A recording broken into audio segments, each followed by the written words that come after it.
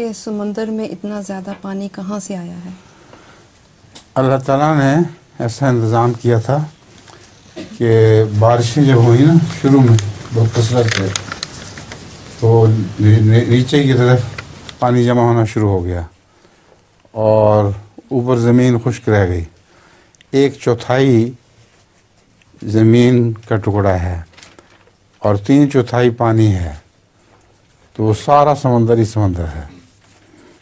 سمندر کا پانی اتنا ہے کہ وہ بخارات بن کے جب آسمان پہ اڑتا ہے تو اس سے جو بارشیں ہوتی ہیں اس سے ہماری تمام آبپاشی چلتی ہے.